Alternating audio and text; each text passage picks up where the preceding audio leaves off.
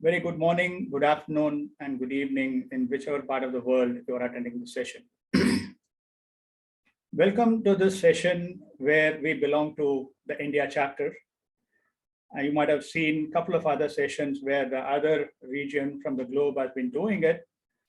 From now to the next 30 to 40 minutes, we are going to hear from our colleagues from India on building the business continuity and resilience into new working practices. Having said that, I'm going to be your moderator today, along with the panelists. I have about 34 years of experience into risk, continuity, information security, and in IT. And I've been the former senior director of BCM in Cognizant, managing their BCM framework, governance, risk, and compliance. And BSI's first technical expert in 25999, 22301, and contributed to the ISO 22301 standards, then from a BSI perspective. Right now, being part of TC 292 and TC 262, along with the national body, which supports the ISO Technical Committee, which is the BIS in India. And also working on creating a risk management maturity framework for India and being part of the cybersecurity framework in one of those other panels. Myself and Vikrant also have been part of the steering committee of BCI India Next Practice, where we have almost published about 5 or 6 papers till date in the last 2-3 years. For whatever thing that I've done, and the recognition has been there from the CIR, the BCI, and DRI in terms of the lifetime achievement and also the industry personality year. Right now, I'm working for a cybersecurity consulting organization as VP. And moving on, we have panels in terms of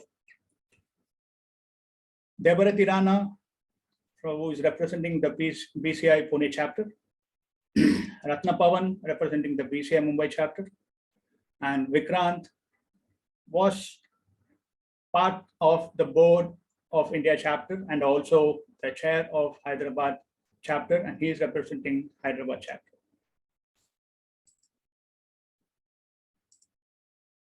Ratna is a program director and risk advisory, financial services sector and Ernst & Young. And she is a risk and resilience professional for over 25 years of professional experience in the financial industry. And later, last 15 years into non-financial, taking care of the business continuity, crisis management, and physical security, vendor risk management, data privacy, all under one umbrella. And she is an active blogger and speaker. Any day when you see in any conference, she'll be there. And she represents the Mumbai chapter, as I told you, and she has also been the managing committee member in the Global BCI Women and Resilience Group and managing committee member of BCI Mumbai chapter. And she has been recognized as the top woman security influencer in India recently in 2022, and startup member of India Women in BCM Group. Welcome, Ratna, to this panel. Deborah Tirana, who is working in the IT years and BFSI sector for the last 17 years, and out of which 14 plus years have been dedicated towards risk management domain. Her primary area has been business continuity, and she also worked in the areas of internal audit, information security, and physical security. And under the BCM domain, she has been part of implementation, managing incidents, and managing the framework and creating it, and including the crisis management for the organization. She is representing the Pune chapter, and she is also part of the working group along with Ratna and the BCI Women and Resilience Initiative. Welcome, Deborah Tirana, and I probably missed out the last point, associated with the Pune Security Professionals Group also. Vikrant Varshini, very popular figure in this industry. In fact, he started off as the first person for BCM in India, the first person to get certified for BCI in India, and the Chief Risk Officer currently and Managing Partner in Risk Resources, his own organization, and former board member of BCI India chapter, as I told you. and steering committee member along with me in the BCI India Next Practice Group. He has also been recognized as BCI Hall of Fame in 2018 for the Industry Personality of the Year, Industry Personality of the Year 2018, 17, and 2007 in the global level. Co-founder and managing partner currently in Succeed Ventures, and former global head of security and fraud risk in HSBC Operations, Services and Technology. Ex-member Corporate Task Force, NDMA, Government of India. There's a lot of things that we need to hear from him, Ratna, and Debarati. And moving on, I would like to give a kind of initial introduction on, we have always heard VUCA word. I think VUCA is totally gone. We've been too much of usage on that. And currently post-pandemic, if you see something, a new acronym that it comes in terms of describing the next generation of business, which is money, which is brittle, anxious, non-linear, and incomprehensible. So brittle, it might break anytime when you are not aware. So for which you need to have the required capacity and the resilience that need to be built in.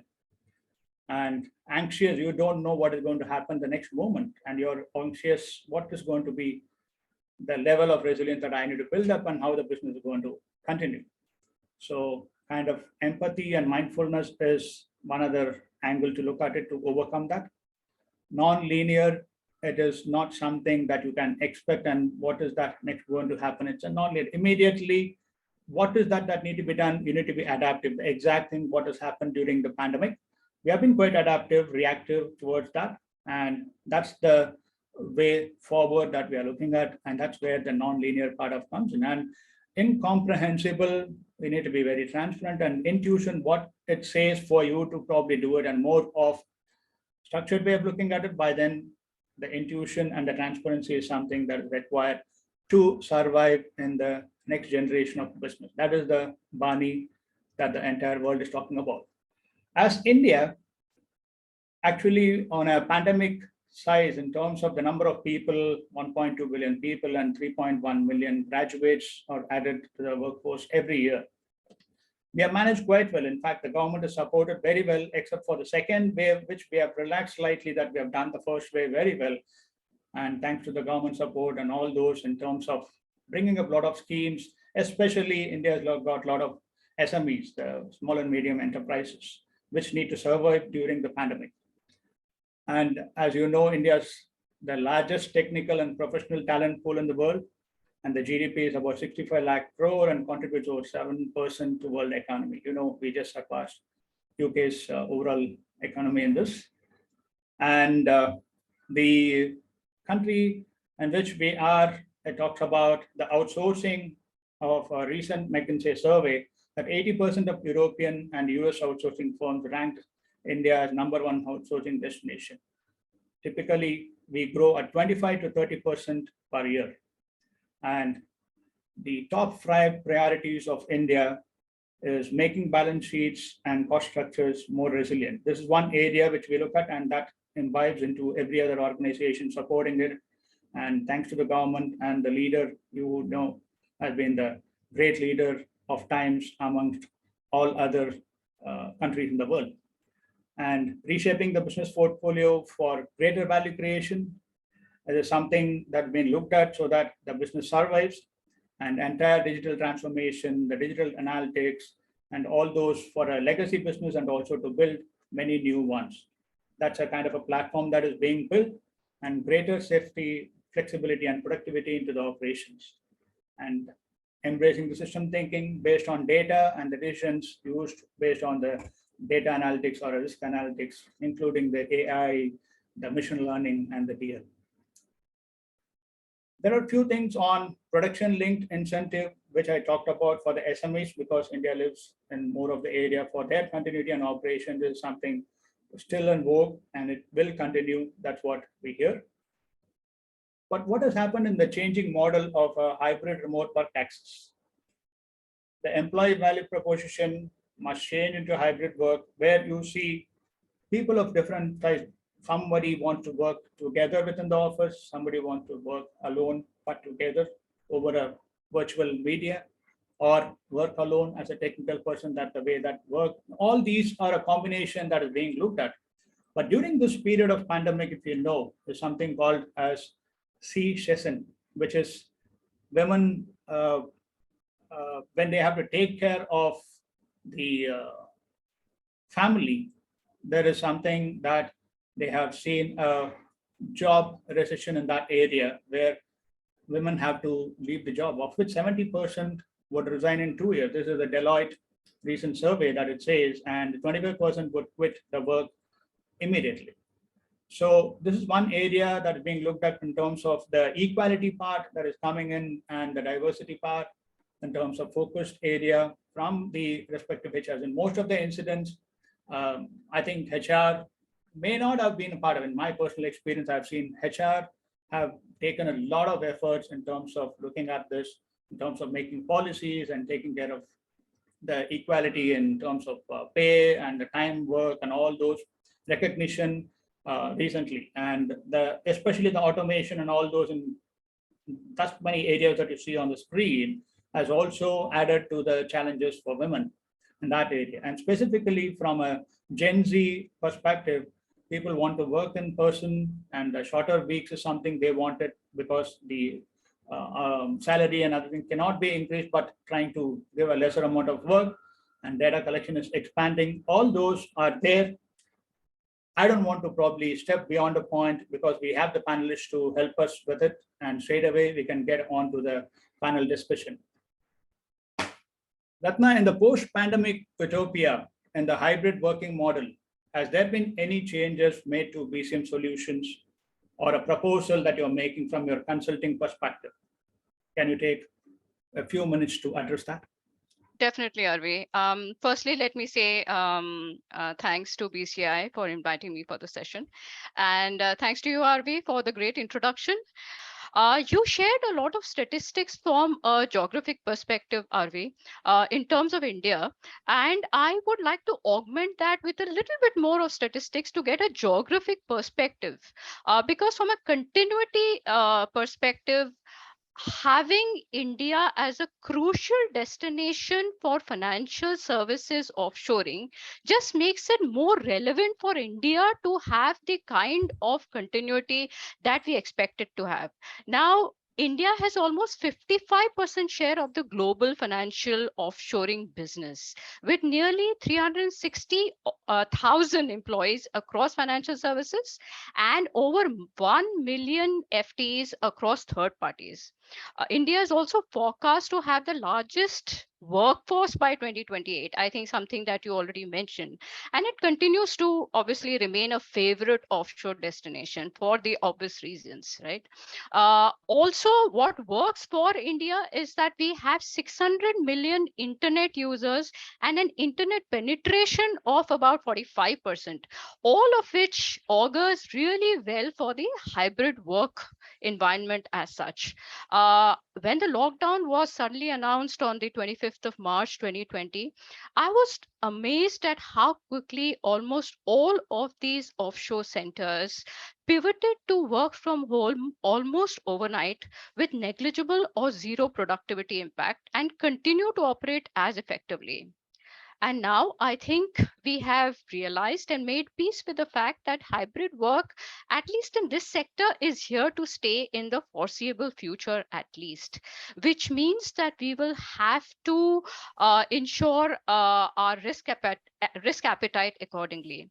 In the last 2 or 3 years that I have been in consultancy, we have worked with various leading global banks running intense resilience transformation or upliftment programs, in part to conform to the enhanced regulatory guidelines that has emerged, but also to strengthen their own preparedness with learnings from the pandemic and everything else that unfolded with it in the last 2 or 3 years.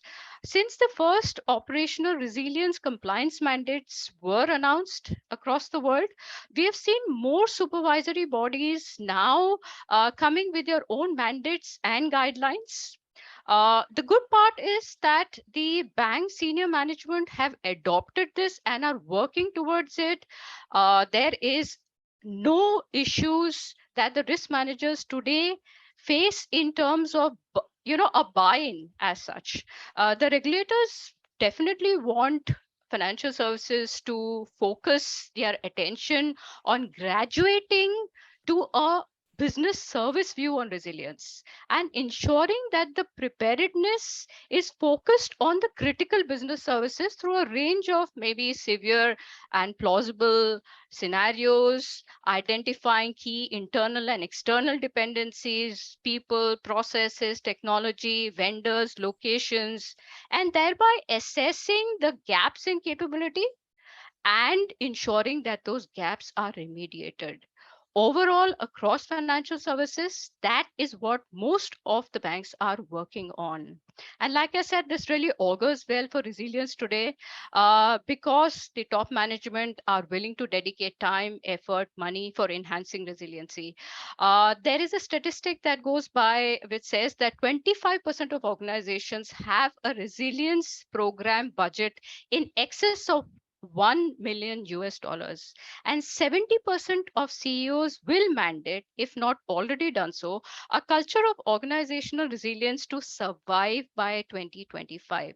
17% of the organizations are planning to utilize or engaging with large consultancy firms for assistance, while 39% have already utilized 2 or 3 consultants as we speak. Now, these statistics only indicate the focus that these firms are placing on enhancing their resilience. They are pivoting from BCM or operating in silos across non-financial risks to now wanting operational resilience or an overall enterprise resilience through a coordinated approach, strategy, and a risk lens across the non-financial risks. That's it from me, Arvi. Thank you so much. In fact, a couple of points, as you said rightly, there has been a kind of a support from the leadership and focus more from a resilience perspective, especially because of the hybrid working model. And you also touched upon the regulation. In fact, during the pandemic, if you see, there has been a lot of relaxation in the regulation. So the next question goes to Debarati.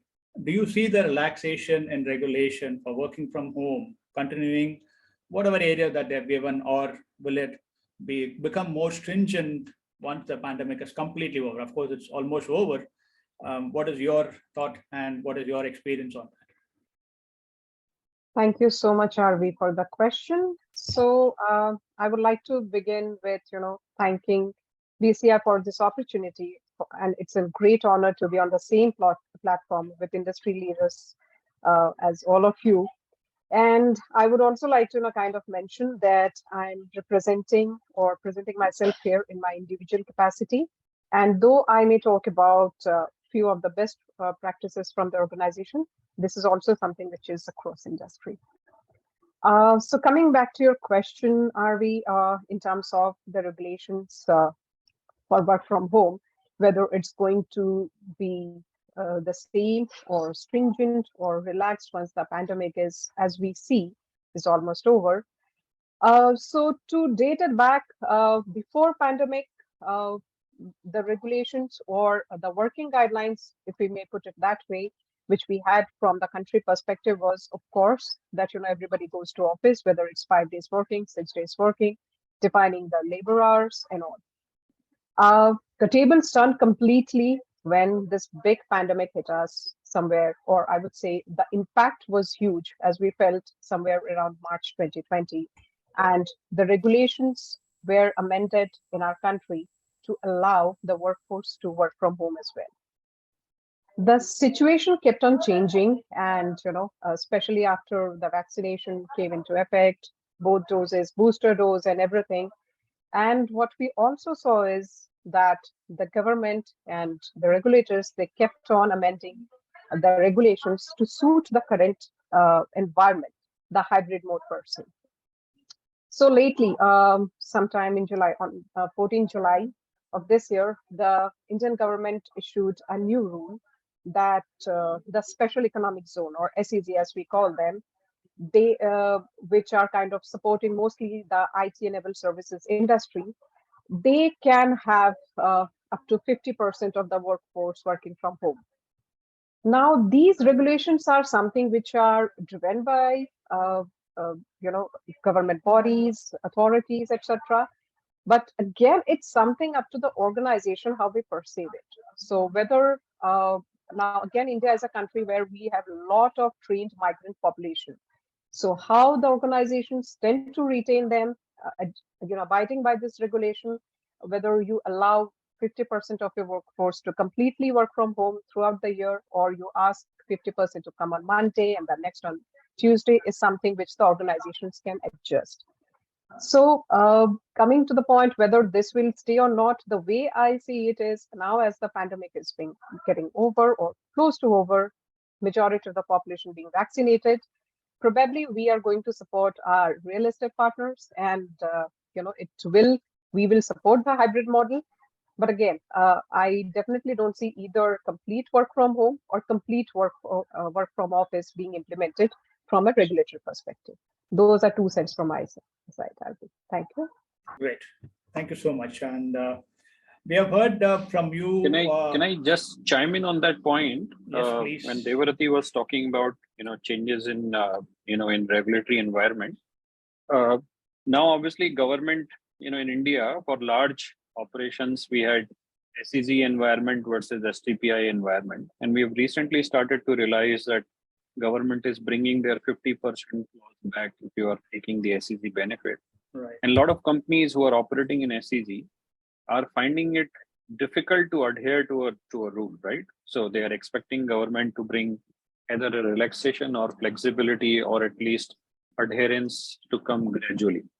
That also is an indication of how culture is evolving. But if it's going to be enforced as a compliance back, the transition is not going to be easy. And that's one of the points which is getting discussed as a part of several industry forums also.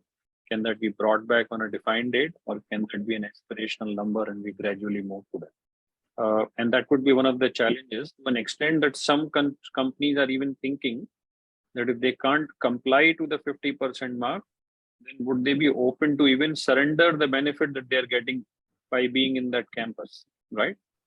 So it's a different dimension which is shaping up, and it's not easy for all of us to even think. And it's not just a business continuity call. Obviously, it's going into a long-term strategy of how real estate and workplace strategy is emerging. But it is again a continuation of one more uncertain element, which is bringing one after the another surprises. So while we say the pandemic as a category in this one might be subsiding now, but it is still leaving a lot of side effects on the way. And that's for industry to explore. That's where the BANI acronym that I brought in terms of you don't know what's going to happen next. It's going to be an anxious world or incomprehensible. As and when it comes in, to be adaptive and more. So just to continue with you, Vikrant, from an overall risk dimension perspective, especially from a continuity of operations, what has changed as compared to pre-pandemic times, and has it changed at all? If yes, how are these being handled? Sure. Thank you, Arvi. And sorry, I jumped in on the previous point, but I'm equally excited to be in the panel, and thank you for the opportunity collectively. I'm not representing any individual corporate, but as an industry at large, based on experiences of working with collective, bodies and teams that I've been representing. So this is a view collectively coming from all the companies that I might be representing from BCI Hyderabad. On your question, I wanted to start with a dimension. India is a reflection of scale. Everything that we have experienced here is similar to what every other country would have experienced, but it's only the scale which makes it interesting. And when I say scale, just to give a perspective, here companies might have 10,000 employees sitting into a building. They might have 50,000 employees operating from a city. They might have 200,000 employees operating from a region, and they might have 500,000 employees operating in a country. That is a reflection of what a scale for a company would mean. And if you understand that you have to manage now all of this for 500,000 employees in a country, life is very different. You're not just managing it for a few people in your company. You're doing it at a war footing at a much larger scale, which is equivalent to sometimes handling effort for a county. If you would have to do a global parlance, right? It is as equivalent to managing scales at that level. So anything that you would have to do would have to be handled at that scale. Here, we might have anywhere between 7,000 to 10,000 vendors in a company. We might have 700 to 1,000 critical, vendors in an organization. So if you have to do a compliance on any policy, you're talking about not just employees at that scale, you're also talking about large vendor deployment. So everything in India needs to be done keeping those large numbers in mind, and hence any of this effort which came without any warning was also needed to be done for those numbers. And that's why it was very interesting. And every professional which I've gone through have got an immense experience of dealing with it, because it's not something which you can ever get by working for 30 years, because it is once in a lifetime. You get it, and you get it when you are in the role. In the landscape for how overall distribution of risk have changed, India started initially where focus was on DR for systems, DR for workplace, right? From that journey, we moved on to where recovery of workplace started to come, and you started to identify what's the best way. A lot of people started initially saying, I'll recover back to origin because that's where I have the large confidence. I would have my teams who will pick up the job. Then gradually we started to get confidence that we can do third-party recovery, we can identify alternate sites and stuff. Then scale came into handy, and we said, why don't we do a split operation? Because in every location I have large, operating staff. So why don't I split it? And people then started to even do split operations for load balancing, right? We got into resilience much faster as compared to other countries where it was not easy. We started to include that as a part of our long-term real estate strategy. But when the COVID hit, even when we were resilient and split, if you have a nationwide lockdown, everyone was going to work from home. We may or may not have been ready, again, because of the number. So imagine if you would have to organize laptops, computers for 200,000 employee, for 80,000 employee. That effort was magnanimous because you can't find last minute supplies of all of that, right? And if you would have to do that with that number, the effort was more complex because you would have to reach it. And India has its own infrastructure challenges, right? Where when you work from home, it's not sure that your power would always be available, right? Would you have a space in the house to really work also? You have a smaller properties to live in. Everybody is working from home. Everybody needs a corner, including your kids who needs a corner to even do study from home, right? And we are not really trained for it. We are not designed for it. The housing, the infra, the neighborhood is all not geared. You might still have kids playing outside, making noises, and you are on a call with customer.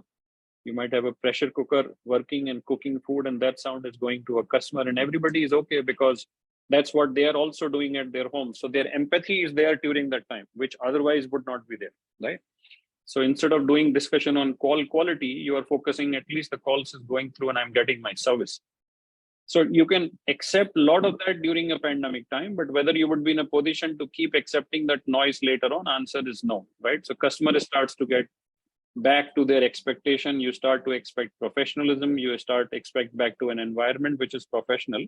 So while you would still have an employee who would be keen to continue like that, your customer, your end client may not be ready. They would start to expect better professionalism, better availability. Your regulator is expecting you to revoke some of the flexibility they have given. The privacy aspects have been changed. The security aspects have been tightened up. So while the environment is still looking to ask and continue the flexibility, it's not necessarily that environment continues to be flexible. So those aspects are obviously coming back. But what we saw is instead of having my load balancing done in 5 cities, I've got experience of now load balancing done in 50 cities where my employees were working from, tier 1 and tier 2 city. My distributed computing reached to a point where my employees were in 200 cities of tier 3 and tier 4 cities. So at any point in time, none of the risk is going to be simultaneously impacting me. So I will always be 97% available. It's a good state to be in, but it is equally a bad state on a day-to-day efficiency, productivity, quality level, right? So how do you achieve the balance? You are resilient, but you are bad in delivery, right? So on your scores, on SLAs, you might be impacted, but you are definitely always going to be available. So your continuity of operation is getting different. But India being India, you have its own infrastructure challenges. Second thing, which I also wanted to bring a dimension, which is very unique here, is people risk. We all thought that we all have in our continuity planning, loss of life as a scenario being addressed. But hand at heart, if you go and check, How many of us started to really assume loss of limb and loss of life for a continued level? All of our plans did not talk about absenteeism of this scenario, but we just knew that, we're not really planning for it. And that's where every time when you say, do you have a pandemic BIA? Answer is no. You say, I have a BIA, but you assume that my guys are available to work. But in a pandemic, that can't be an assurance, right? We all were happy that we had 3 to 4% of losses. Some were due to health, some were due to illness. We didn't have loss of life. We didn't have a prolonged loss of lives. We didn't have families. We, even in this worst case scenario that we talk about, which continued for 2 years, we didn't have any absenteeism which was crossing more than 10%, even in worst case, right? We didn't have 20% absenteeism. We didn't have a 50% absenteeism. We didn't have a loss of life, thankfully so. But if we had got exposed to that, our plans would have not survived. Whether I'm working from office or I'm working from home, with 50% absenteeism of staff due to whatever reason, my operations would have started to crumble. That's for an aspirational planning for all of us to do. Have we done that? Have we learned that? Answer is no. We've all got so comfortable that I've managed this kind of scenario that I can manage everything. I'm hearing a lot of it from our professional that the leadership now says, since I've dealt with it, I can deal with anything. So while we have learned to deal with uncertainty, you've also developed a sign of a callousness that in future, your risk assessments might get actually bad. You may not be proactively tracking those, risks which would be emerging and whether you're ready around it. So long answer, but I just wanted to give you a dimension. That's a good dimension. In fact, the point that you mentioned in terms of 10%, 20% absenteeism, I get recollected of my first time when it happened during 2005-06, when it hit Nagpur district, the bird flu, which we're talking about.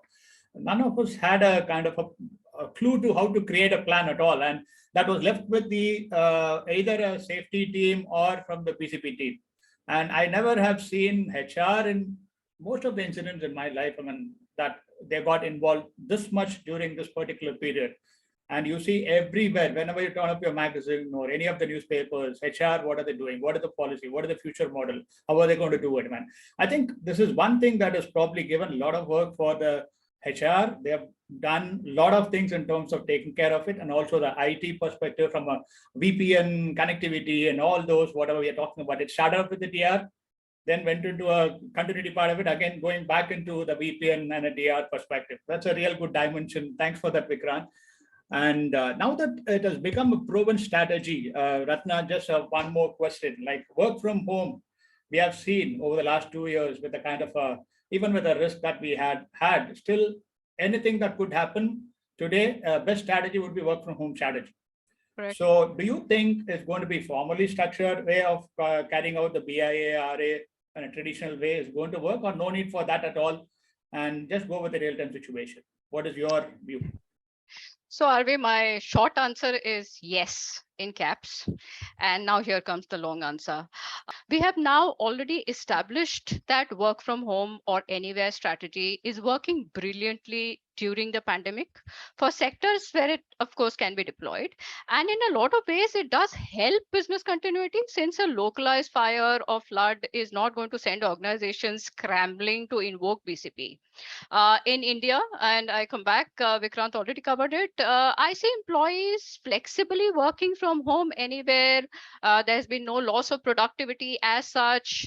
The last 2 or 3 years, yes, the cyber and data risks and threats have gone up, but we haven't really seen any major breaches which can be attributed to kind of hybrid working. But what I now see is the organizations getting under the false assurance that just because, again, Vikrant covered it, that the workplace is no more inside the 4 walls of the corporate office, their continuity is protected because there's no concentration risk of resources, or there is no location specific risk currently in the current environment. But what they are really missing here is factoring that the diversified work environment also gives birth to a host of other threats like data privacy challenges, for example, an increased risk of cyber attacks, the limited defense and response capabilities, and compliance violations. These were some of the top concerns across organizations in a recent EY survey as well. Also, in the current volatile and uncertain world that we are living in, I think the only certainty that we today have is that this ambiguous threat landscape is here to stay in the foreseeable future. We may say that we are now seeing the pandemic kind of subsiding, but the aftermath is there for us to deal with. The multiple threat landscape will continue to unfold like we have seen in the last 2 or 3 years, because most of us as risk managers have not just dealt with the pandemic, we have dealt with multiple incidents along with it. Yes, while the hybrid work is here to stay, for BC programs, it's also about embracing that understanding and incorporating it into each of its life cycle activities. Are we adopting a different risk lens, if you will, but the need and importance of an honest risk assessment, a business impact analysis, a plan which is nimble and agile for change does not go away. For example, in India, it will be about factoring the availability of continuous power supply. Vikrant already made the point, or backups thereon. How conducive is our home environment for employees in India who live in large families in smaller houses? I'm aware of scenarios where husband and wife working for the same department in two separate organizations were actually working from the same room. So what happens to data privacy in instances like that? Correct. The next point is ensuring security and resilience by design. I think that's a point as risk managers we have been kind of making for decades now, but it is more relevant now than ever. It just can't be an afterthought anymore. The next would be investing in long-term hybrid workplace strategy. After that would be building the scalability and flexibility into operations. Just to give an example, the cloud solutions, which is currently the backbone of hybrid workplaces, enables IT to easily add or remove new users and tools without any on-site technical setup that is needed. The new employees can be onboarded remotely and continue to work from home indefinitely. And that's what we have adopted in the recent past. And these are the kind of solutions that we will need to continue to think of. Also, the best opportunity for organizations now to upgrade from continuity to resilience. It was apparent that when the pandemic struck in 2020, almost all of the continuity plans didn't include preparations for the sudden shift to this large scale remote working that came our way. And that obviously we have now seen a positive shift around aspects like that. The quick point to end this response from my side, RV, would be that organizations will need to have a better and deeper understanding, if you will, of the systems required from an RTO, RPO perspective that currently cannot be met or cannot be tested. The extent of the AML fraud and KYC control effectiveness in the midst, their approach to identifying and tiering the critical vendors and third parties, managing fourth and fifth parties. So there'll be various elements that the organizations will have to further and more intensely focus upon in this new hybrid working environment. Yeah. And back to you, Arvi. Thank you so much. It was quite elaborate in terms of what I understand is the BCP, the traditional way of a BIA, RA, and all those need to still be done, irrespective of whether you're working from home or to find out how well you can build up your resilience. I mean, thanks for that point. Absolutely. And just a quick one minute, maybe starting with you, Ratna. The point I was mentioning earlier about the she session, in the sense of women leaving jobs or would leave jobs in terms of taking care of the family. In fact, about almost 360 hours more of time that they have spent in a month, probably to take care of the family, and again, 10 times more than what they do normally over a week. I mean, that's what I read in one of the survey. Correct. And how do you personally, as a woman, felt during that period, taking care of your family and working? That way, just quick one minute, you, Debarati, and then Vikrant, so we can close it up to that. Definitely, Arvi. So the pandemic initially was not very kind to gender, to women, as you rightly have pointed out. And a significant number left the workforce as the COVID-19 forced the dual role that many women like us play to its very tipping point. Globally and in India, more specifically, more women have lost jobs during COVID-19. A recent report by the Center for Sustainable Employment pointed out that in the first few months in 2020 itself, while only 7% of men lost their job, almost 47% of women have lost their jobs. However, it is now encouraging to note that diversity, equity, and inclusion, DEI as we know it, is top of mind across organizations, especially so in the last few years where the business case for DEI has become stronger than ever before. In the post-pandemic hybrid world, like we have now established, we have all become more aware and respectful of flexibility needs and more aware of how to better include others to maximize the benefit from these virtual options. This ability to work from anywhere will definitely augur well for gender and overall diversity. Thank you so much, Debarati. Your views? Sure, Arvi. So, I don't know what to add on. Ratna has added everything so well till here.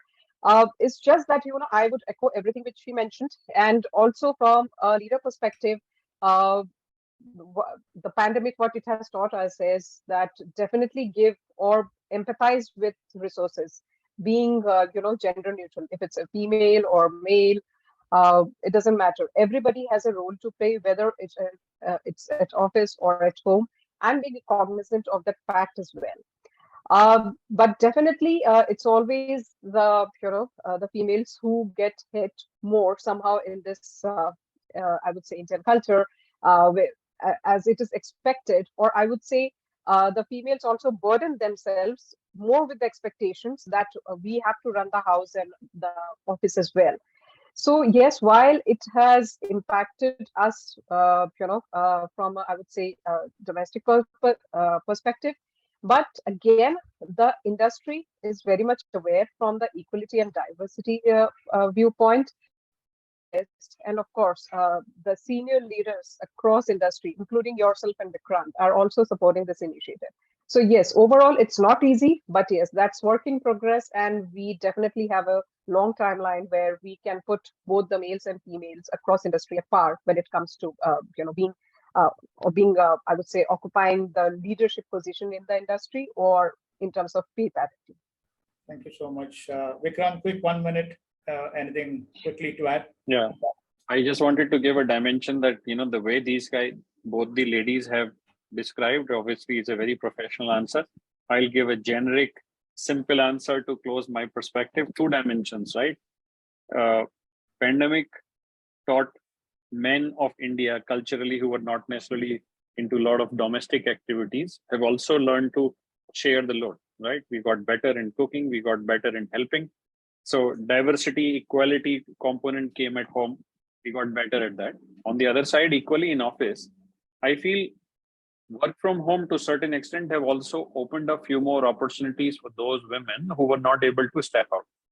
I see so many, and I'm seeing this in tier 2, tier 3 cities, because as a part of my second role in innovation and startup, I'm now seeing a lot of women from those background, which was not coming to tier 1 cities for job, are now stepping into tier 2 cities, hub offices, which have been created by some companies, and they're going to work in that. So organizations have created an environment for everyone to come and work, and men have started to learn how to help at home. Both are definitely working and helping. I hope it remains like this, and we don't go back to the environment and picking up whatever it was where concentration is happening in tier 1 cities. It is definitely a lot of long-term advantages of having 200 cities producing GDP of the country, going back to your slide, as compared to only 7 cities contributing to the GDP. And it's a good idea. If we encourage, more people will become professional, our workforce become high quality, and we will be able to support and add value to the world globally much more. Absolutely. Thank you so much. And in fact, one of those priorities of India, where it talks about the digital transformation and the infrastructure that supports the digital transformation, is going to be helpful with a kind of a diversified work and multiple cities contributing to the GDP and all those is there to stay. And specifically from a BCM perspective, the hybrid combination, it works, and most of the organizations have been very flexible in terms of managing this. And because of the risk that is involved from typical organization level to a multiple distributed environment, that's going to be one of the challenges. And BCP is there to stay to take care of that. Resilience is something that most of the organizations are following it up. And the people aspect of BCM is something that is coming out very clearly, including the emotional intelligence that is possibly being focused on.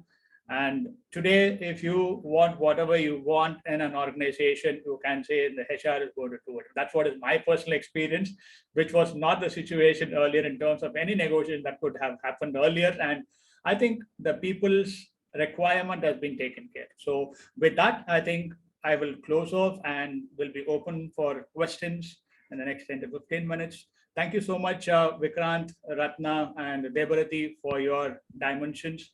I hope the actual session have provided the India perspective to this conference as a way the BCA world has been looking at. Thanks, BCA, for this opportunity. Thank you. Bye-bye, and stay safe.